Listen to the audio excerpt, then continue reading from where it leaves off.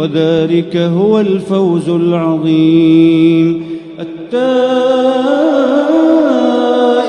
العابدون الحامدون السائحون